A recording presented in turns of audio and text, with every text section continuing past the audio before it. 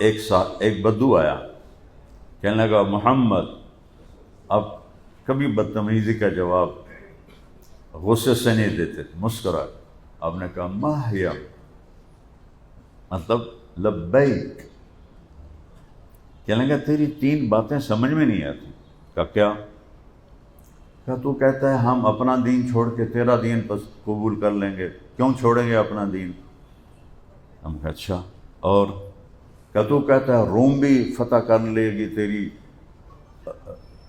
امت اور ایران بھی فتح کر لے گی، اے نان تا روٹی نہیں لبدی تے نہ روم ایران کے تو فتح کرنا ہے، اتنا بڑا جھوٹ۔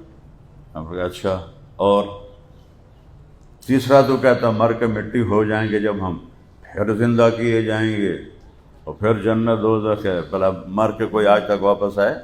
اذا كنا عظاما نخرا قالوا تلك اذا كرة خاسرة فانما هي زجرة واحدة فاذا هم بالساهرة۔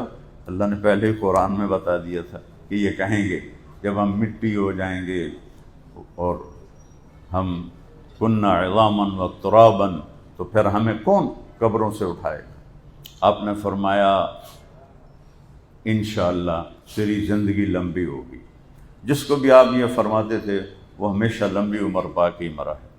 تو آپ مسکرائے اور فرمایا تیری زندگی لمبی ہوگی، تو دیکھے گا سارا عرب میرا کلمہ پڑھے گا، اور تو دیکھے گا میری امت روم اور ایران کو فتح کرے گی، اور تو دیکھے گا تیسری بات، تو وہ رہ گئی تیسری بات، تو اس دن تیرا ہاتھ پکڑوں گا اور تجھے یاد دلاؤں گا کہ گل سچی ہو گئی کہ نہیں ہو گئی۔ وہ کہنے لگا میں نہیں مانتا، واپس چلا گیا۔ جب مکہ فتح ہوا تو سارے عرب مسلمان ہو گئے، تو کہنے لگا بھائی ایک گل تو پوری ہو گئی۔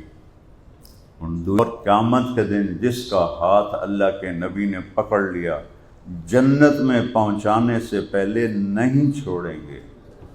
تو میں اس لیے کھڑا ہوتا ہوں کہ یہ پکا جنتی ہے کہ اس کا اور نبی کا وعدہ ہے کہ تیرا ہاتھ پکڑ کے تجھے یاد دلاؤں گا۔ کوئی دیکھ لما حضرت عمر کے زمانے میں روم بھی فتح ہو گیا، ایران بھی فتح ہو گیا۔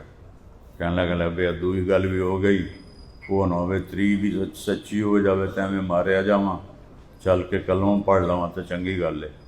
تو اپنا گاؤں چھوڑ کے حضرت عمر کے زمانے میں مدینے آ گیا اور اس نے آ کے کلمہ پڑھا۔ تو جب کبھی وہ مجلس میں آتا تو حضرت عمر اس کے لیے کھڑے ہو جاتے، تو صحابہ بڑے حیران ہوتے بھی کہ ماڑا جا بندہ ہے، فقیر آدمی ہے، تو عمر دے واسطے کھلو جاندہ ہے، 22 لاکھ مربع میل دی حکومت ہے۔ تو ایک دن حضرت عمر نے خود ان کی آنکھوں میں سوال دیکھ کے فرمایا تم لوگ سوچتے ہوگے کہ میں اس بدو کے لیے کیوں کھڑا ہو جاتا ہوں؟ تو انہوں نے پورا قصہ سنایا، پھر یہ فرمایا کہ اللہ کے نبی نے اس سے کہا تھا تیرا ہاتھ پکڑ کے تمہیں یاد دلاؤں گا، تیسری بات ہو گئی کہ نہیں ہو گئی؟